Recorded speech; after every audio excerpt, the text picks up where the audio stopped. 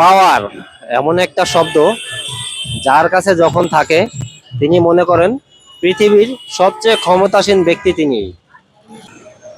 আমি এই মুহূর্তে অবস্থান করছি রাজু ভাস্কর্যের ঠিক অপোজিটে। আমার পিছনে যে একটা দৈত্যাকার ছবি অঙ্কন করা হয়েছে, এটা কিন্তু তাকে পুরস্কৃত করার জন্য নয়, তার গলায় ঝুলছে জুতার মালা। বুঝতেই পারছেন কেন তার গলায় জুতার মালা ঝুলছে, ক্ষমতার অপব্যবহার করার কারণেই।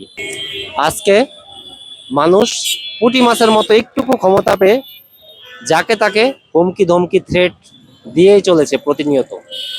আগামীকাল আপনার সাথে কি হতে যাচ্ছে সেটা কিন্তু আপনিও জানেন না। ক্ষমতার অপব্যবহার করবেন না। ফেরাউনের মতো মানুষ, তিনি কখনো কল্পনাও করতে পারেননি যে তাকে নীল নদে চুবিয়ে মারা হবে। তিনি কিন্তু ভেবেছিলেন তিনি সারা জীবন পৃথিবীতে রাজত্ব করবেন।